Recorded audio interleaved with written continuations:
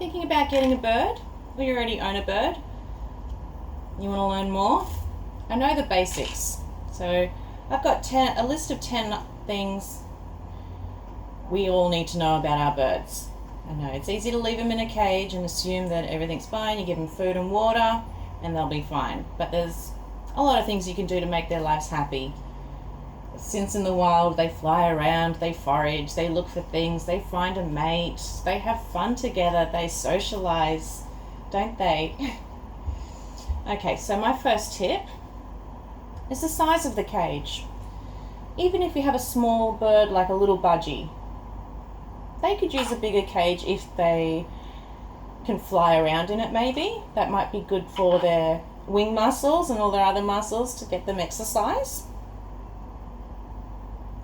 But you don't want it too big where the bars are too far apart where they might get their head stuck or something like that. So it has to be the perfect cage. If your bird is out most of the time, a smaller cage is fine. They can sleep in the cage and play on a perch or something like that. Now, my second tip is diet. All birds love seeds. Everyone says you just feed them seeds and everything's okay. But most birds, pretty much all birds, will love vegetables. Fruit and vegetables. Fruit's got a lot of sugar, but vegetables are great for any bird.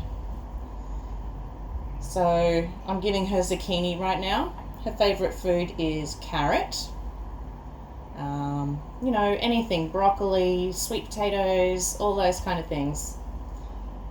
The only foods that you can't give to a bird is anything dairy, cheese, milk, yogurts, anything like that. Don't give them any dairy. No avocado. Avocado is very toxic to birds, so you've got to remember that. Never give them avocado. Never give them chocolate or coffee or anything like that. I know they want to try everything. They act like, yes, I really, really want it, but they don't always know what's best for them, especially in captivity. The next thing to keep your bird happy is toys. So any kind of little wooden toys, or there's beads. There's all sorts of little bird toys that you can get. And it's really important to have toys. I know you think it's just for fun, but they need something to do. They need to use their beak, they need to chew on things, they need to look for things. You can hide seeds or treats in different toys so they can hunt for it and look for it, or forage technically. Yeah, and that keeps them very occupied and very happy. Keeps their mind stimulated too, especially when you're not home. Now my next tip is sunlight. Birds in the wild, they will fly around, they'll sit in trees, they get a lot of light. So it's nice if you can have your bird outside in the sunlight for a little while. I mean, give them a bit of shade on one side maybe, just so it's not too hot and bright, not shining right in their eyes all day. But just a little while. I find it hard. I haven't got a trolley for my cage yet, so once a week I'll take her out there, maybe more, for half an hour or something like that, just to get a bit of sunlight. It's good for everything, isn't it? Just like anyone else, any human, they need sunlight to keep their body healthy, right?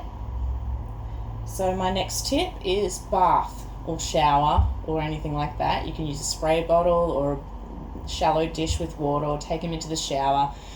Some birds don't like it. She doesn't like it, but I try, and once in a while she will bathe.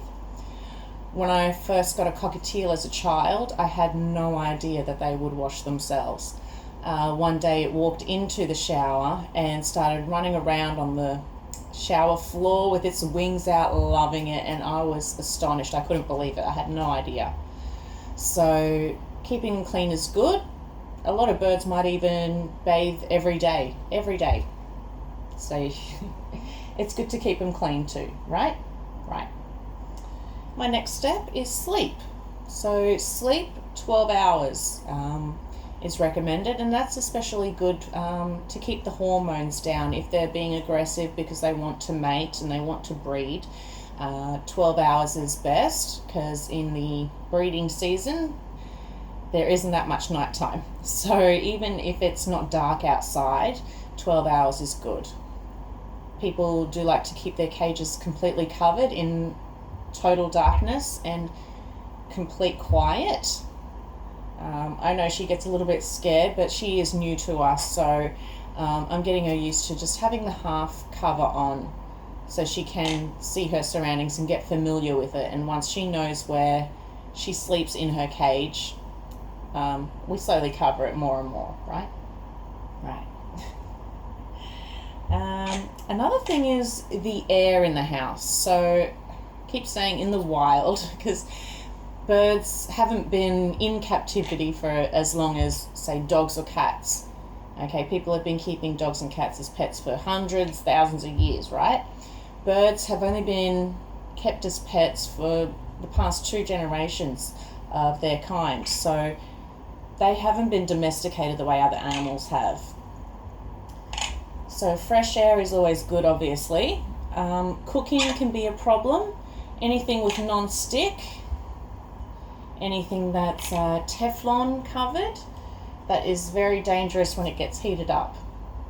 So try and keep them away from that. I like to either put her outside when I'm cooking, but even better, I prefer to cook outside. I have a cooktop outside, so that way I can cook out there and none of the fumes are in the house. A lot of things with the air as well is chemicals. So spray, disinfectants, air fresheners, things like that. Anything in an aerosol can is a bit dangerous to birds. Even deodorants.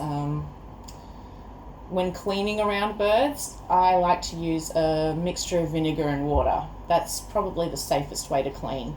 Or with baking soda. Oh, you just want to give me kisses. Oh, careful, baby. Are you okay? I'm sorry, did I move too far away? You want to get closer? Okay, you can give me little kisses. Hold my nose. Okay. Hold on.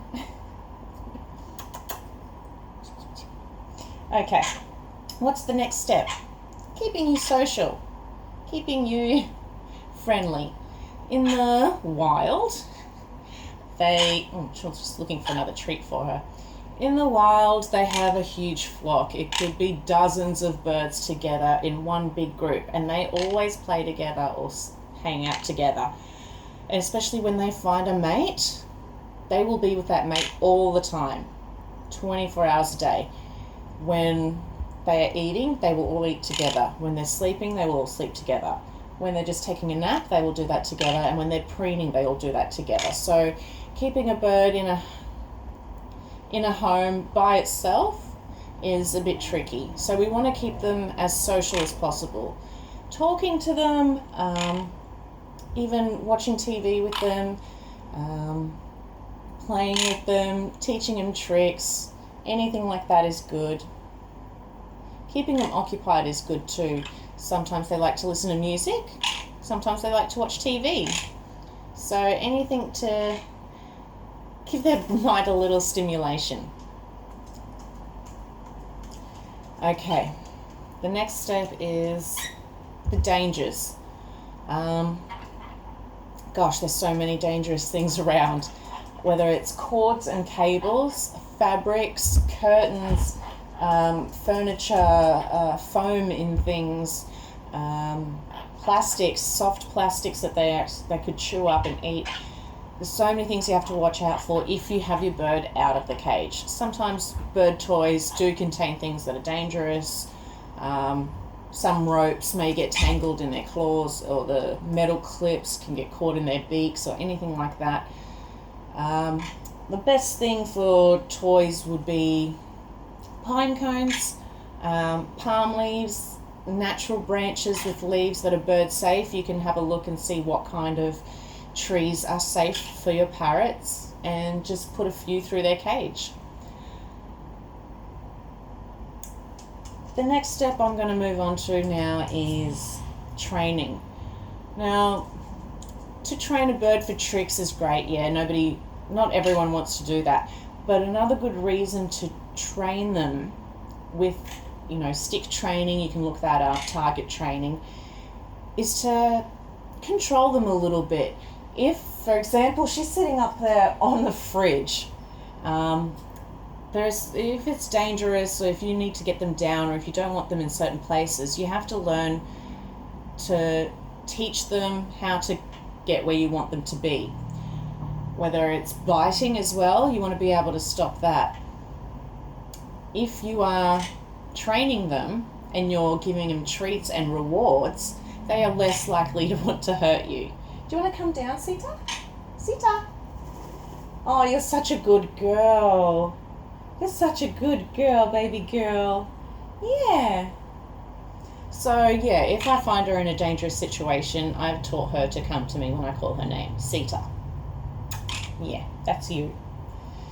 But yeah, if you are afraid to take your bird out of the cage, that's not a problem. You can still do these training and tricks from the outside through the bars. And a lot of these things you can do from the outside of the cage. I mean, with budgies, some people have trouble trying to get them back in the cage and things like that. And that's another good, useful thing for training. So, yeah. If you prefer, if you have a small enough cage, or if your cage is on wheels, you can move them around the house. Say, if you're chopping vegetables in the kitchen, bring them in there. They love to watch. She loves to watch me brush my teeth. She loves to watch me put on makeup. She loves to watch me do the dishes. They learn from each other in the wild how to survive, how to live. So they're copying everything. And that's why they copy the way you talk. That's why they sometimes speak. You can teach them to speak because they want to learn by copying others. So yeah, you can carry them to different places with you, and a different environment is good for them to have a look around and things like that. The reason I say this is because there are so many birds that are being put in a cage, left alone all day, all night. They might feed them, put food and water in the cage and clean it, and that's pretty much it. And they assume, oh, well, it's got a friend in there, they'll be fine. If they do have stress, frustration, boredom, they could end up starting to pluck out their own feathers. That's one of the main things that happens with birds. And even if you do change their lifestyle, that could damage them permanently. So they will often continue to keep plucking, even though they are happy, they have a great life, and there's nothing wrong. They don't have time to do all these, they don't have time to be bored. They are so used to doing that it's just habit and just an addiction. So before it gets to that stage, you're better off doing everything you can to make your bird happy and healthy, of course, and safe, right? You're a good girl. Okay. Thank you very much for listening. This stuff is really important to me, so I'm glad you're here. Okay.